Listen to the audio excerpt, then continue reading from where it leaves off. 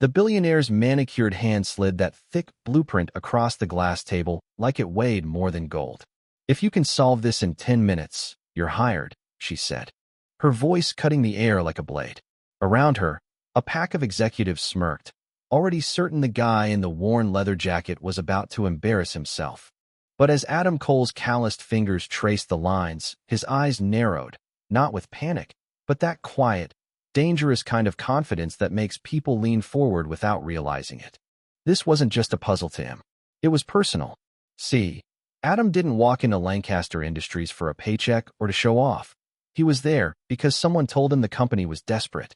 And desperation leaves cracks in even the tallest walls. No resume, no appointment, no time for corporate games. He stepped into that marble fortress where even the security guards judged your posture. And on the far side of the room sat Victoria Lancaster herself, youngest self-made female billionaire in the country, poised, unreadable. The kind of presence that could make a room go still just by breathing. She tapped the blueprint like a challenge. "This system's been in development for 3 years. My team says it'll take 6 more months and $8 million to finish. I say that's unacceptable. 10 minutes, solve it, and the highest-paying engineering job in the state is yours. Fail, and I'll make sure no one in this industry hires you again." Most men would have stalled, asked for tools or time. Adam didn't. He just looked. And to him the flaws lit up like flares. Counterweights wrong, fuel routing inefficient, load structure overcomplicated. 5 minutes in, he started sketching. Executives shifted in their seats because this wasn't guesswork, this was muscle memory. "For minutes left," Victoria said. Adam didn't even look up. "Won't need that long." When he finished, he slid it back. "You're losing efficiency because you're trying to make it perfect on paper instead of perfect in motion. This will cut your build time in half, and you'll spend maybe $2 million. She scanned it, and for the first time her mask cracked. "How did you even know?" Adam's eyes flicked to the logo in the corner. "Because 5 years ago your company rejected my design for being too simple. I built one in my garage for $500. Still works."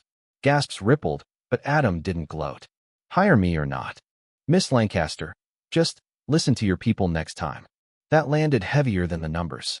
When the room cleared, she asked, "Why are you really here?" Adam didn't flinch.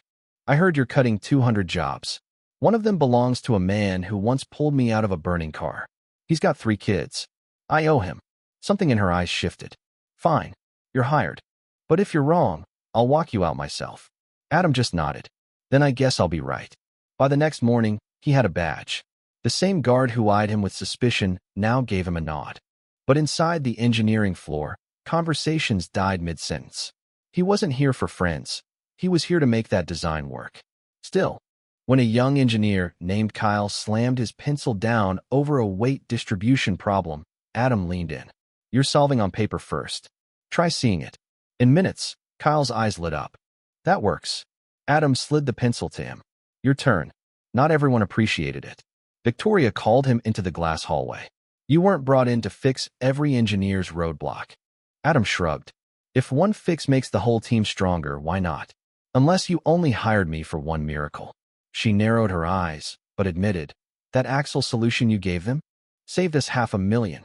2 days later, Adam found a single sheet at his station, fail stamped across his blueprint. Beneath it, "Go back to fixing trucks." He didn't shout. He just pocketed it and kept working. Sabotage didn't scare him. By noon, the prototype was built. Kyle whispered, "You gonna tell Victoria?" Adam shook his head. "Not yet. People show you who they are faster when they think you're not watching." But from the mezzanine, Victoria was watching. Friday morning, the boardroom was packed. "We've had reports you manipulated data," the chairman said. Adam knew exactly whose knife this was. "I didn't, but I know who's been trying to sink this project." He pulled out a flash drive, plugged it in, and logs filled the screen, same user ID every time. The name hit like a gunshot. Ethan Marsh, head of advanced engineering. Adam laid it out, tampered files, disabled cameras. Ethan sputtered, but silence was his confession. Security walked him out in front of everyone. When it was over, Victoria said, "You saved us millions. You've got the job." Adam shook his head. "I'm not here for the title. I'm here because 200 families need those paychecks. That's rent, groceries, braces for kids. I won't watch them lose everything." For a long moment. The board was silent, but it wasn't hostility anymore. It was respect. Then you're not just hired, Victoria said. You're leading the project. Effective immediately. Adam agreed, on one condition. The engineers get the resources and freedom they need without politics choking them. She smiled faintly. You drive a hard bargain. No, he said. I just make the right one. When Adam walked out that night, the cold air hit his face like a wake-up call. He'd come in to solve a problem, and instead he'd changed the trajectory of hundreds of lives. But he also knew something. Victories like this don't stay clean. Somewhere out there, someone else was already plotting the next move. And Adam Cole, he was ready for them. So tell me, if it were you, would you play it safe and keep your head down, or would you risk everything to do what's right? Adam thought the storm had passed, but in a place like Lancaster Industries, storms didn't vanish, they just changed shape. 2 weeks into leading the project, the prototype was humming through every test, the numbers climbing higher than even his own predictions. The board loved the results, the engineers respected him more than they'd admit, and Victoria, well, she'd stopped talking to him like he was a temporary fix and started looking at him like maybe he was a permanent problem she didn't want to solve. Then came the phone call, not from the company, but from a block number late one night. A man's voice, low and deliberate. If you care about those 200 jobs, tell your CEO to cancel the launch. Walk away, Cole. And then the line went dead. He didn't mention it to anyone. Not yet. But the next morning, he noticed something off. The manufacturing floor was quieter than usual. Conversations clipped short when he walked by. Kyle was pale, his hands shaking slightly as he tightened a bolt. Everything okay? Adam asked. Kyle hesitated. There's a rumor that the launch could put the company in legal trouble. Something about patent infringement. That made no sense. Adam's redesign was built from scratch.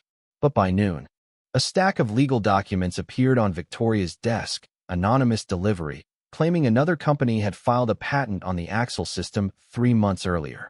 The timing was too perfect to be coincidence. Victoria called him in, holding the file like it was a live grenade. If this is true, Cole, we can't launch. We'll get buried in lawsuits. Adam shook his head. It's a setup. Someone's trying to scare you into pulling the plug. She leaned back, crossing her arms. Prove it.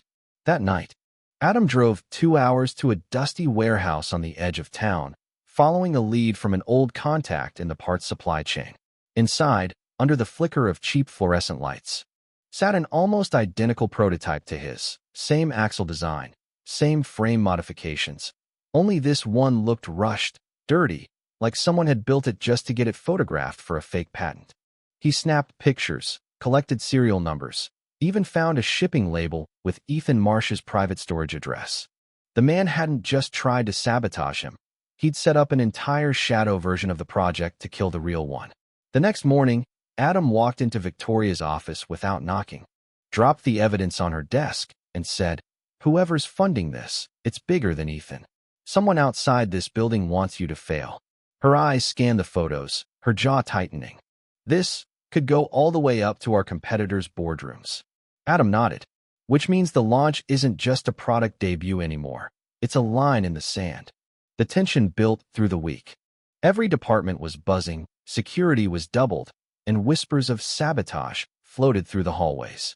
On launch day, Adam stood on the floor as the first production model rolled out, its polished steel gleaming under the lights. Kyle was grinning for the first time in days. Victoria appeared beside Adam, her voice low. If this works, we win. If it doesn't, she didn't finish. The system performed flawlessly. Every test hit above target. The engineering team erupted, but Adam just stood there, watching Victoria as she allowed herself the smallest smile. She turned to him. Looks like you were right, again. But before he could answer, a security guard stepped into the room, whispering something into her ear. Her face went still, the color draining just slightly. She looked at Adam. You'd better come with me. In the boardroom upstairs, a large envelope sat in the center of the table. Inside were high-resolution photos, not of the prototype, but of Adam, meeting with someone in that warehouse late at night.